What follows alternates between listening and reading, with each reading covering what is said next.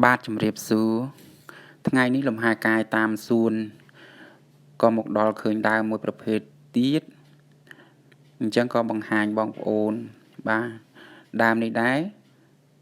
មានឈ្មោះហៅថាដើមឪឡឹកឈើបាទខ្លះក៏គេហៅថាដើមឪឡឹកដើមបាទកន្លែងខ្លះក៏គេហៅថាដើមឪឡឹកគ្រាប់បាទឬក៏ដើមដង្ហើមកន្លែងខ្លះទៀតនោះគឺគេហៅថាដើមហនុមានបាទវាមានច្រើនឈ្មោះទៅតាមទីកន្លែងបាទអញ្ចឹងវាមានផ្លែដូចជាក្រូចឬក៏ផ្លែដូចឪឡឹកបាទវាមូលឃ្លុំហើយសម្បកវានឹងគឺខ្ចីខៀវស្រងាត់តែម្ដងបាទអញ្ចឹងដើមឪឡឹកដើមនេះគេចាត់ទុកក៏ជាដើមមង្គលផងដែរជាដើមឈរត្រង់ຂະຫນាតកណ្ដាលមានកម្ពស់វាគឺចាប់ពី2ម៉ែត្រឡើងទៅ10ម៉ែត្រគឺជាប្រភេទដើមឈើដែលមិនពិបាកដាំដុះទេហើយនឹងមិនពិបាកថែរក្សាផងដែរវារីកលូតលាស់យ៉ាងលឿនបាទវាងាយបាទសំខាន់បំផុតគឺវាធន់នឹងកម្ដៅថ្ងៃយ៉ាងល្អហើយការបន្តពូជរបស់វានឹងគឺគេបន្តពូជដោយគ្រាប់របស់វាបាទឬក៏ផ្សះមែកតែគេនិយមបន្តពូជដោយគ្រាប់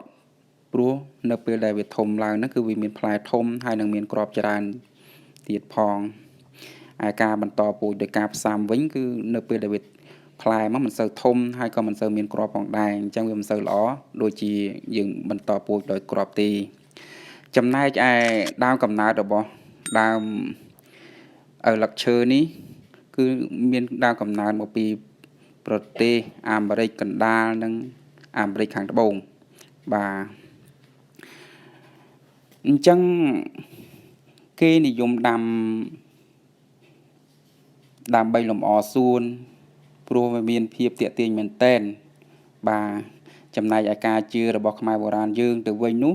គេចាត់ទុកថាជាដើមនាំលៀបនាំសំណាងមកដល់អ្នកដាំគេឃើញជាទូទៅមានមនុស្សជាច្រើនដែលសរសេរអក្សរតំណាងខ្លួនឯង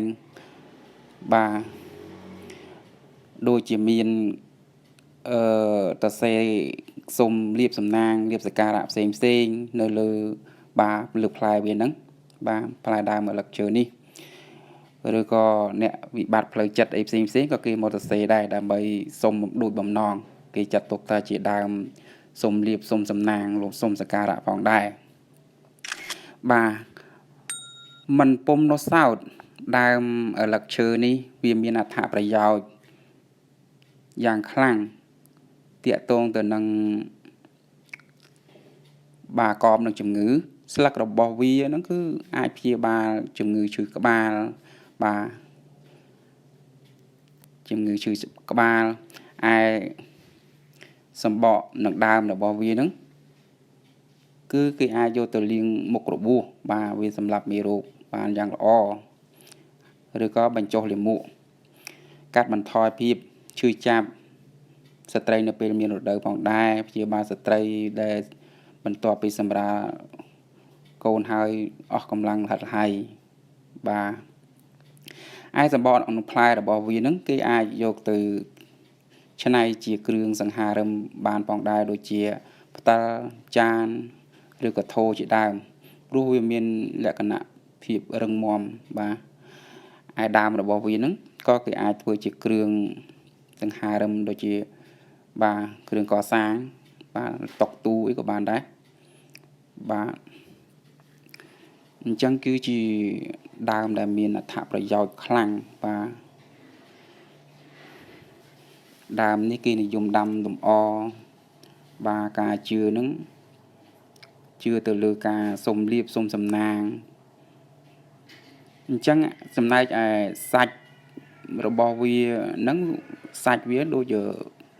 ស្ពោតដូចខ្វិតអញ្ចឹងបងប្អូនសាច់របស់វាហើយវាមានគ្រាប់នៅក្នុងនឹងច្រើនសំប៉ែតរាងខ្លះរាងបាទរាងខ្លីតូចស្ទះបេះដូងបាទគេបន្តពូជដោយការយកគ្រាប់វាឬក៏ផ្សាំមែកអញ្ចឹងបងប្អូនឃើញហើយផ្លែរបស់វាស្អាតឯមែករបស់វាស្លឹករបស់វានឹង គឺត្រវែងដុះតាមមេឃបាទគេច្រើនតែសរសេរសុំលៀបសុំតំណាងនៅលើផ្លែហ្នឹងបាទអញ្ចឹងមានតែប៉ុណ្្នឹងទេដើម្បីចែករំលែកទៅដល់បងប្អូនបាទទុកជាចំណេះដឹងឲ្យស្គាល់បាទអញ្ចឹងនៅពេលដែលទស្សនាហើយកុំភ្លេចចុច like ចុច subscribe ឲ្យផងនិងរូបកណ្ដឹងបាទដើម្បីទទួលបានអត្ថប្រយោជន៍ផ្សេងៗទៀតបាទអរគុណច្រើនជម្រាបលា